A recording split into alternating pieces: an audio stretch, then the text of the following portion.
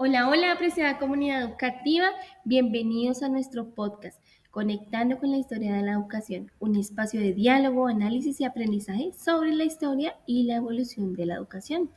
así como también de las pedagogías críticas, donde abordaremos diversos aspectos que influyeron históricamente y cómo a la medida del tiempo esto se ha transformado. Asimismo, hablaremos de cómo en la actualidad los docentes en sus diferentes campos de enseñanza vivimos la educación en el aula, reconociendo así el impacto, los avances y reflexiones desde una perspectiva personal,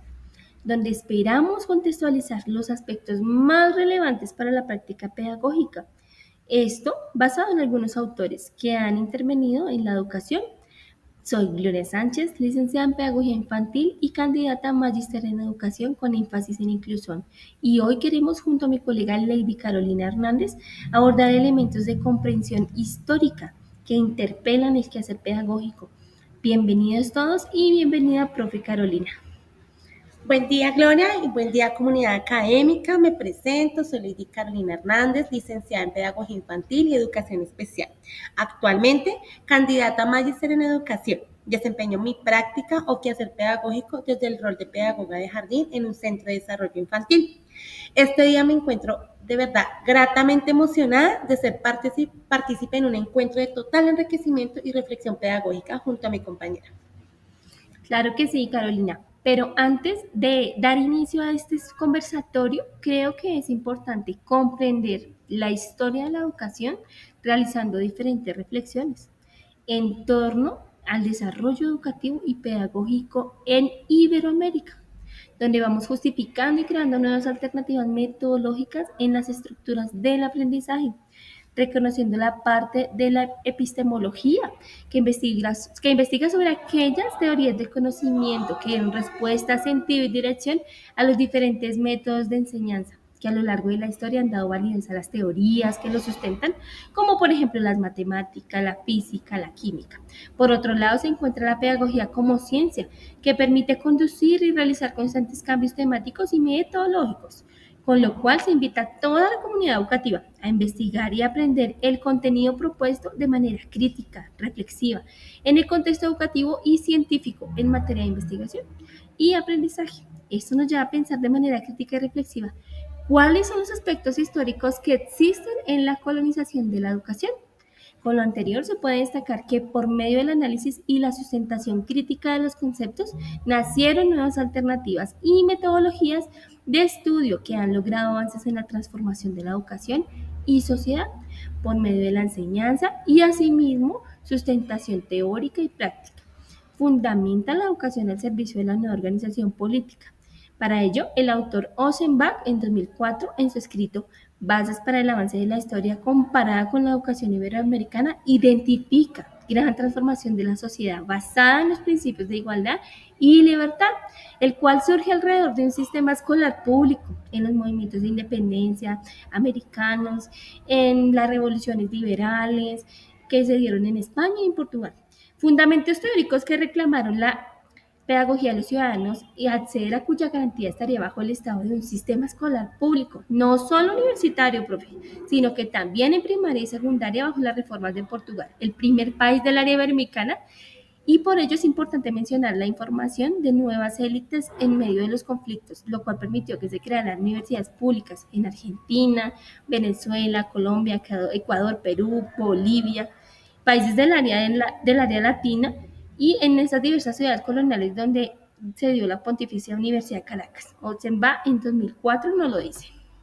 De acuerdo a lo que mencionas, es importante reconocer que algunos de los métodos de enseñanza para la escuela elemental o primaria es la enseñanza mutua y lancasteriana, fundada por Joseph Lancaster, que inicialmente había sido desarrollado en Inglaterra,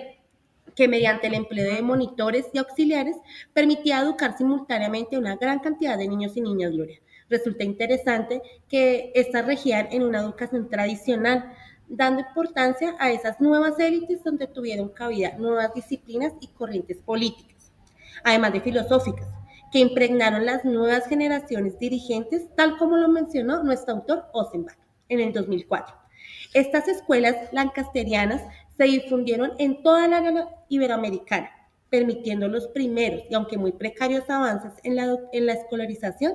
dando cabida a estrategias como la inclusión de la educación cívica, el uso de catecismos políticos, que contribuyeron a este proceso desde el área extraescolar.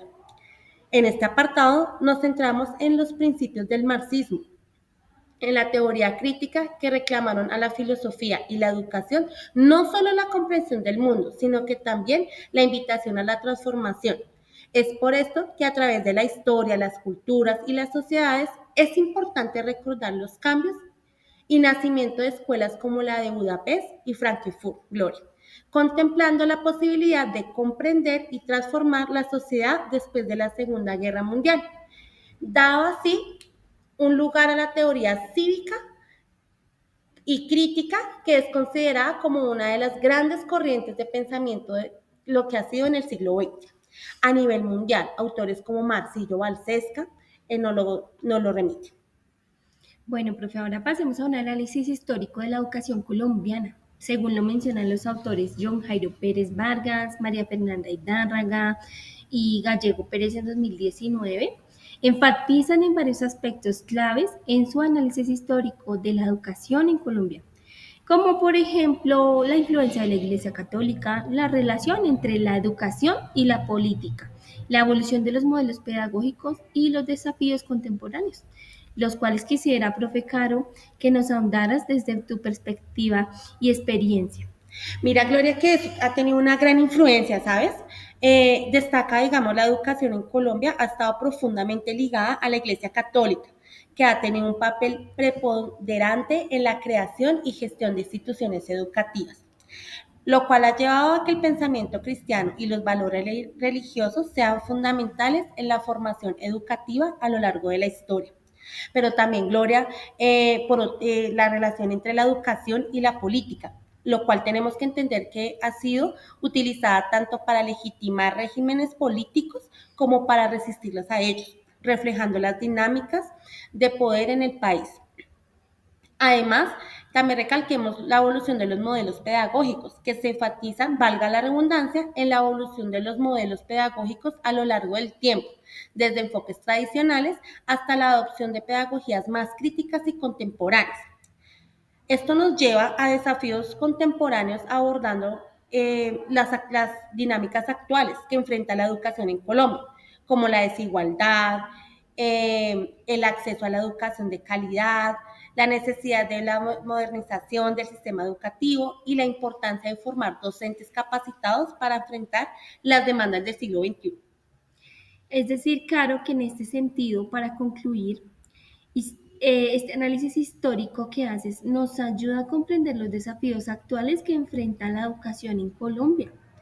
Entiendo, profe, que la noción de competitividad se hace más fuerte en búsqueda de métodos de colonización en la educación, dejando a un lado el patrón de poder jerárquico, raciales y sociales en la dominación de los territorios. A constante investigación, lectura del contexto, análisis de la información y actualización de nuevos saberes y alternativas de enseñanza, debido al constante cambio del mundo globalizado y colonización de la educación, donde el docente ya no es visto como el único procesador de conocimiento, sino que por medio del aprendizaje colaborativo logra crear nuevos saberes cognitivos y sociales. Y de esta manera los estudiantes fortalecen sus habilidades y destrezas de manera grupal como los principales actores en este proceso, involucrándose y aprendiendo de los diferentes contextos. En análisis de la información y en torno a los desarrollos educativos y pedagógicos de aprendizaje emancipador y decolonial. Es tarea de todos los sistemas que intervienen en el desarrollo humano, desde los diferentes sistemas en el que interviene la sociedad, también la familia y el contexto. También incluye todos los campos asociados al quehacer educativo, social y personal, liberar a las personas ideológicamente de patrones memorísticos y formas de calificación. Asimismo, generar una construcción colectiva de aprendizaje donde se reconozca el contexto, pero primeramente como primer maestro. Asimismo, en la educación surjan actualizaciones curriculares que propongan alternativas educativas para promover en los estudiantes un desarrollo crítico y analítico, reconociendo así que es importante para resaltar los cambios que han presentado en la historia de la educación y continuar transformando la sociedad, Caro. Con estas claridades, querida audiencia y profe Carolina, vamos comprendiendo de una manera más clara la historia y transformación de la educación y con ello llevarla a nuestra praxis pedagógica. Sin embargo, Caro, para finalizar, yo quisiera que nos des tu punto de vista,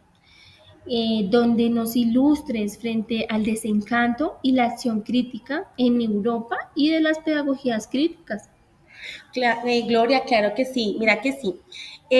Quisiera iniciar con una reflexión que es volver a retomar todo este tema de las escuelas de Budapest y Frankfurt en los enunciados que realiza sobre la pedagogía crítica, ya que como hemos venido conversando, es importante cuestionar los modelos y las prácticas pedagógicas. Y aunque se han venido explorando e implementando nuevas praxis que fomentan la transición o, por decirlo así, la transformación de la educación, se observa en estos nuevos tiempos contemporáneos la importancia de fijar la mirada en la pedagogía crítica. Es por ello, Gloria, que citamos la idea de estas escuelas al decir que cada uno busca una opción esperanzadora, que cuestione el positivismo de las ciencias sociales, reinterprete la ética de la investigación y que cada una apueste a la formación de seres humanos capaces de cuestionar en pro de la liberación y la transformación social. Esto nos lo recalca Maldonado en el 2008. Profe Carolina, entonces, de acuerdo con lo que nos socializas, entiendo que es fundamental crear filosofías que erradiquen la educación desde la ejecución del poder, ya sea político o religioso, para entender y transformar el mundo, la vida y la historia desde el comprender y desde el actuar en lo macro y en lo micro, contemplando como seres humanos la capacidad de pensar, de sentir, de actuar adecuadamente y no como sujetos programables y maneables. Claro, Claro que sí, Gloria, tienes toda la razón. Y con tu aporte me evocas a citar a nuestros filósofos colombianos Germán Vargas y Guillermo Hoyos, los cuales reseñan 6 aspectos de la teoría crítica de la sociedad. Uno de ellos hace referencia al análisis de las formas de integración de las sociedades posliberales, ya que critican la postura individualista y se centran en la importancia de la comunidad, la tradición y los lazos sociales, contribuyendo de cierta manera a una corriente decolonial. El segundo aspecto nos habla sobre la estructura autoritaria de la familia y la relación en el desarrollo de la personalidad individualista. El siguiente es sumamente trascendental, dado que involucra la necesidad de cuestionar a los medios de comunicación, debido a que no toda información es verídica y que involucran las masas culturales de poder. Es esencial convocar a pensar en las posibilidades de un potencial crítico por medio de la protesta y la emancipación. Tener expresiones estéticas con los niños y las niñas, con positivismo científico, que surge de la experiencia a través de la observación, la formulación de hipótesis y la experimentación en el aula. Todo lo anterior mencionado se da desde el desde el desencanto por la práctica educativa tradicional que ya está mandada a recoger, que se imparte de manera autoritaria y nos desprenden de la verdad, de la identidad y la cohesión social. Esto lo hacen nuestros autores en el 2002. Ahora bien, considerando lo que hemos reflexionado en este espacio, Gloria, quiero preguntarte cómo crees que se viven estos procesos de pedagogía crítica en nuestro rol de pedagogas de jardín en la atención integral a la primera infancia. profe Carolina, pues es que es relevante describir que en la manifestación de nuestra práctica pedagógica en el Centro de Desarrollo Infantil buscamos empoderar a las infancias, promover su pensamiento crítico y justicia social a través de herramientas y estrategias pedagógicas que vinculan sus propios lenguajes es a partir de su expresividad, a partir de preguntas abiertas, en espacios que son de diálogo, que los motiva a cuestionarse, generando hipótesis, análisis y reflexiones de todo su entorno. Por otro lado, en las experiencias pedagógicas se propician los espacios de experimentación y también de descubrimiento por sí mismo, El análisis del contexto, el reconocimiento de la diversidad, promoviendo la interacción, valoración de sus capacidades y también la empatía de las del otro, con lo cual se fortalece y se desarrolla su autonomía, la participación activa y la construcción de su propia identidad. Glory, con lo anterior podemos terminar nuestro conversatorio reflexionando sobre los desafíos de la educación, que son muchos, ya que si ahora bien se inicia procesos pedagógicos que contribuyan a una educación inclusiva, justa y democrática, se debe repensar la educación desde una perspectiva transformadora, replanteando las concepciones tradicionales de los niños, las niñas y los jóvenes. Por mi parte me despido refiriendo a la importancia de involucrar a las familias y la comunidad en dichos procesos como aliados y gestores de cambio. Gracias Carolina por estar en este espacio con nosotros. Estamos todos invitados a retomar el principio del marxismo, el cual hace referencia a reclamar la educación para que no solo se intente comprender el mundo, sino que lo transforme, como nos lo deja hoy nuestro Maldonado en 2008. Muchísimas gracias, querida comunidad, por acompañarnos en nuestro podcast, conectando con la historia de la educación y hasta una nueva oportunidad.